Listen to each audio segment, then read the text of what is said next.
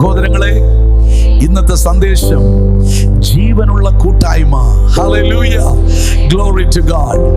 മരിച്ചവരുടെ കൂട്ടായ്മയല്ല, മരണം വ്യാപരിക്കുന്ന കൂട്ടായ്മയല്ല. ഹല്ലേലൂയ, ജീവനുള്ള കൂട്ടായ്മയെ കുറിച്ചത്രേ.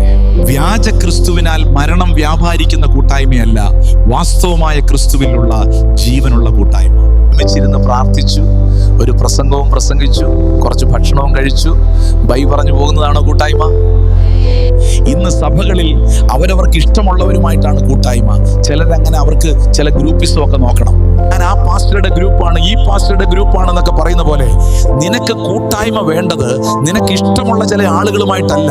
സഹോദരങ്ങളെ, നമ്മുടെ കൂട്ടായ്മയോ ജീവനുള്ള വാസ്തവമായ ക്രിസ്തുവിലും ക്രിസ്തുവിലൂടെ സ്വർഗീയ പിതാവുമായിട്ടത്ര നമുക്ക് കൂട്ടായ്മ വേണ്ടത്. ദൈവത്തിന്റെ വചനം പറയുന്നു, അവൻ വെളിച്ചത്തിൽ ഇരിക്കുന്നത് പോലെ നാം വെളിച്ചത്തിൽ നടക്കുന്നുവെങ്കിൽ നമുക്ക് തമ്മിൽ കൂട്ടായ്മയുണ്ട്.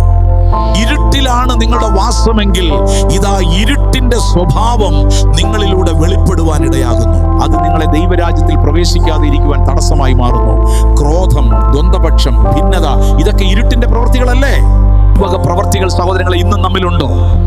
ഞാൻ ക്രിസ്തുവിൽ പിതാവോടൊപ്പം വസിക്കുന്നുവോ? എല്ലാവരും ഒന്ന് ശോധന ചെയ്താട്ടെ.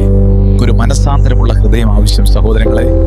ക്രിസ്തുവിൽ പിതാവോടൊപ്പമുള്ള വാസം എത്രയോ മഹത്വമേറിയത്. നമ്മുടെ സ്വർഗീയ പിതാവിന്റെ സന്നിധിയിൽ സന്തോഷത്തിന്റെ പരിപൂർണതയുണ്ട്, ആനന്ദമുണ്ട്, സന്തോഷമുണ്ട്. പിതാവിനെ സകലത്തിലും അനുസരിച്ചതുപോലെ നാമും അനുസരിക്കുന്നുവെങ്കിൽ നമ്മിൽ ക്രിസ്തുവിന്റെ സ്വഭാവം വെളിപ്പെടുവാനിടയാകും. അങ്ങനെ ജീവനുള്ള ക്രിസ്തുവിൽ ജീവന്റെ ഉറവിടമായ സ്വർഗീയ പിതാവോടൊപ്പമുള്ള കൂട്ടായ്മയ്ക്ക് നമുക്ക് പ്രവേശനം ലഭിക്കാനിടയാകുന്നു.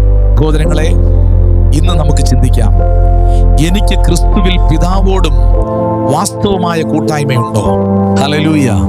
നമ്മുടെ ക്രിസ്തുവിൽ പിതാവിനോടൊപ്പമുള്ള കൂട്ടായ്മ നശിപ്പിക്കുന്ന എല്ലാ പ്രവൃത്തികളും നമുക്ക് ഉപേക്ഷിക്കാം.